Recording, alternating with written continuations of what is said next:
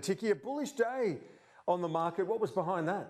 Yes, good afternoon, Kieran. Well, it was the United States and a huge amount of excitement over the possible potency of a vaccine from a US company called Moderna. Now, overnight, the Dow went up 3.9% over the, it's only a small human trial and the existence of possibly some antibodies, but the market got incredibly excited about that. That was on the one hand. And then on the other hand, we also had a lot of optimism around the cranking up of various economies. Yes, you can see the ASX there finishing up 1.8%. We actually had an even higher start. At one stage, it was the biggest jump, I think, in 10 weeks. But still, we finished pretty positively. And also, as I was saying, on the back of the oil price, because there is this optimism about the world getting cranked up again. So in terms of, for example, Santos, you were speaking with Santos CEO Kevin Gallagher earlier. Their shares are up over 5%. And that's not got to do with the King Report and carbon capture and storage. That is all to do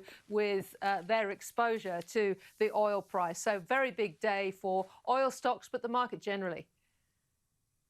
Yeah, and we saw that 80% hit to barley tariffs. Iron ore trade, though, this is really interesting at the moment, given the tensions with China. Iron ore trade seems to be going gangbusters. Well, indeed. I mean, Andrew Forrest, a very happy man. If you remember, he's the one that's been pushing the importance of our relationship with China. But I think this is one of those situations where it's just commercial. It is a commercial situation.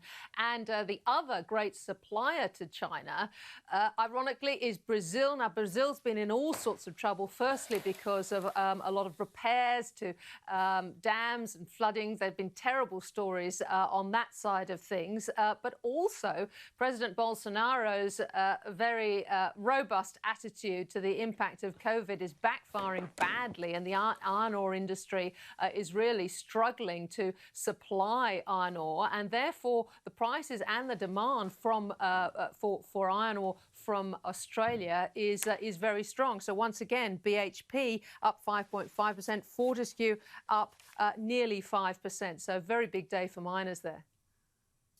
Ticky, as always, thanks so much for that. Pleasure. Appreciate it. Let's